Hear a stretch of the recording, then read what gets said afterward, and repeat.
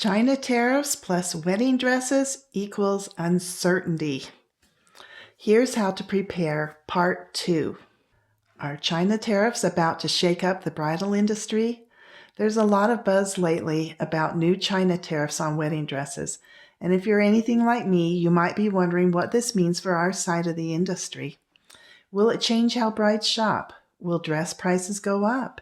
And how will that ripple into the world of bridal alterations? I have a Facebook post from my dear friend Barbie Berg about her concerns with the China tariffs, and I want to read it to you. Okay. And she's a bridal designer. Here we go. This is not a political post. Please don't make it one. I'm asking for prayers, or if that's not something you do, I'm asking for positive thoughts. The factory that makes my dresses and that I have partnered with is located in China. They're my business partners, and they and their employees work so hard to make beautiful quality gowns. If these tariffs go through, it could drastically affect my business, but mostly it will negatively affect brides. I design modest wedding dresses specifically for women who value faith, family, and intentional living. Many of my brides come from religious backgrounds where modesty is not just a preference, it's a reflection of their deeply held values. I want them to feel completely themselves on their wedding day, beautiful, confident, and covered in a way that aligns with their beliefs. I also keep my prices accessible on purpose. I know many of my brides come from large families and are often paying for school, missions, or starting their lives on a tight budget. Overspending on a wedding dress just isn't in line with their values, and I deeply respect that. They deserve to walk into a local bridal shop and have an amazing experience, finding a gown that's timeless and special without it costing thousands and thousands of dollars. That's also why I care so much about supporting local bridal shops. When you shop small and support local businesses, you're helping real people with real communities, not just big corporations. But with potential tariffs on the horizon, the cost of wedding dress could rise dramatically, putting the dream of a perfect gown out of reach for so many brides. Now, more than ever, it's important to stand behind small businesses and protect the future of bridal shopping as we know it. I have complete faith that everything is going to work out, but in the meantime, please say a prayer that the bridal industry will come out of this entire thing unscathed. Love you all, Barbie. Okay, that was hard to read because when I think of Barbie, she's a dear friend, and it kind of made me want to cry. It was kind of hard to read through. I care a lot about her, and I think she just wrote that really beautifully. You know, I can't predict the future, but what I do know is that peace comes from being prepared.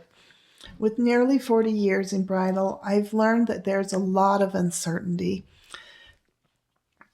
We get busy seasons and slow seasons, and the best way to calm that stressful kind of what if feeling is to prepare like the slower times are guaranteed to come, because you know what, they usually do.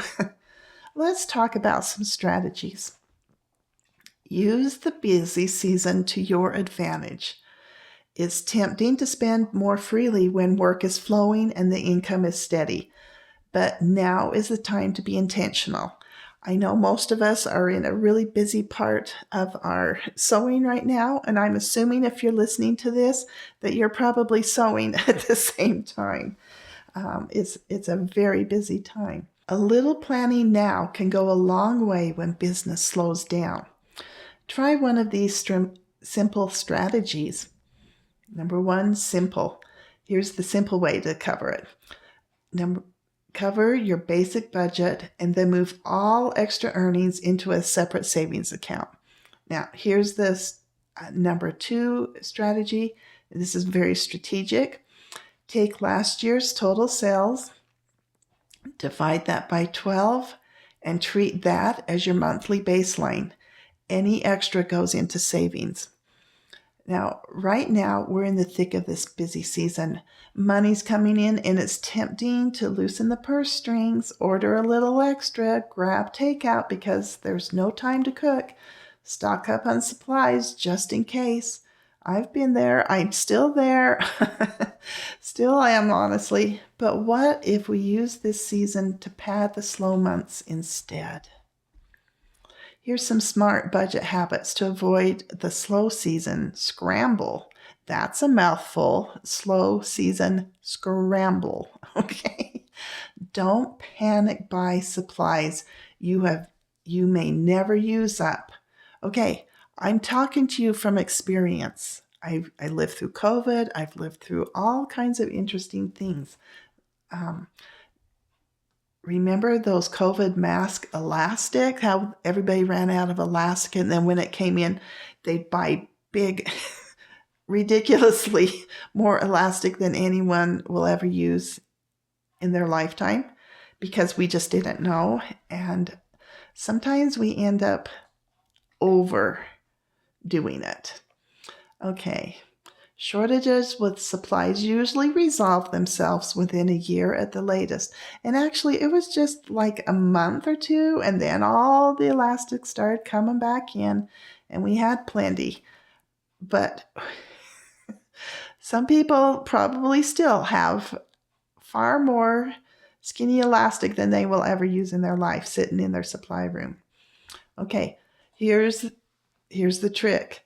Look over your inventory calmly. Buy what you need for the next year or two, but don't overdo it. That money spent on those crazy, I don't know what to do. When there's shortages, sometimes our brain goes a little bit crazy and we way overbuy. That money could be better spent sitting in your bank account so that you have money available for whatever happens during the slow season. Having money in your bank account is far more valuable and wise than having a closet full of supplies. Honestly, it is. You have to think about it because that panic buying is a real thing. I know about it. But having that money in a bank account prepared for whatever shortages you might have is a better use of that money, having it there for you. Okay? Oh, I better read what I'm supposed to. That money spent might better serve you in a bank account than in a storage room full of supplies that are not getting used. And I've learned this the hard way. And here's another strategy is cook at home when you can. My crock pot is my best friend when I remember to use it. You can really, if you just early in the morning put stuff in the crock pot, then you're not doing this crazy takeout stuff at night, and it's more economical. And then just watch daily spending. Takeout can add up fast. And yes, of course, I'm talking to myself too. But there's more. I'm sure you have some great ways that you can save too. But sometimes when the money is just rolling in, it's really easy to get casual. And this is a time when if we just keep things tight with our budget and just squirrel away all that money, it is so helpful and so peaceful and really makes you feel more relaxed, easier to sew, and just having peace of mind, knowing that the slow times are going to come and you're prepared for them. I just really help. Now, maybe you have some good tips, and if you want to post those in the comments, I would love to hear your tips because I'm way open to new tips on how to save money and just keep yourself on a tight budget when work is just flying out the door. One thing that I like to do during the super busy season, and I don't get to do this now because my kids are all raised and gone, but when my kids were at home, they knew every year we were going to have a family meeting when things got super busy, and I would say to them, okay, I am really busy sewing. I need each of you, I had 5 kids, each of you take a day that you're in charge of cooking. Let me know. On Sunday, they had to let me know their grocery list of what they needed. Monday, I would go shopping so that I made sure that I had the ingredients for whatever they planned on making. And they were in charge of cooking that day. And I would do Sunday because I don't work on Sunday. So I would do Sunday dinner. And each of them having a day of the week to cook was great. The next thing I said was, all right, I need you to keep things tidy. And so if you see a mess, clean it up. I may not thank you. I may not even know that mess was. So in advance, I am thanking you all for all messes that you clean up just of your own prerogative that you think that's a mess. So I'm going to clean it up. Okay, I had my son would always, when he got home from school, just tended to wipe down all the kitchen counters and things like that. And so I really appreciated them doing that. Another thing that I told them, if you need to wear something, do your own laundry and call out, hey, I'm doing a batch of whites. Does anyone have any whites? Take care of your laundry. And they were fine. And I think they kind of felt more independent and proud of themselves that they knew how to manage a home while their mother was downstairs crazy sauce sewing. Oh my gosh. Yes, sewing my little head off. And they managed to keep things under control. And I really appreciate them stepping up. And I don't think it was a tragedy for them to learn how to do that. I don't necessarily feel that my role as a mother is to be a slave. Is to teach them how to grow up and move on to being responsible adults. And so, yeah, it was good. So having kids and husbands help is a great idea too. And I'm sure you have some other ideas. So put them in the comments if you would like. And I just hope this really hits home with you and that we can all get through this busy season together. But it's a great time to be reminding you to put money away right now when we're super busy. And sometimes it's like, I don't even have time to look at my books right now. I just have to throw the money in the little cash box and I'll think about it later. But that's when things get really easy to just grab some money out, pay for a pizza that's coming.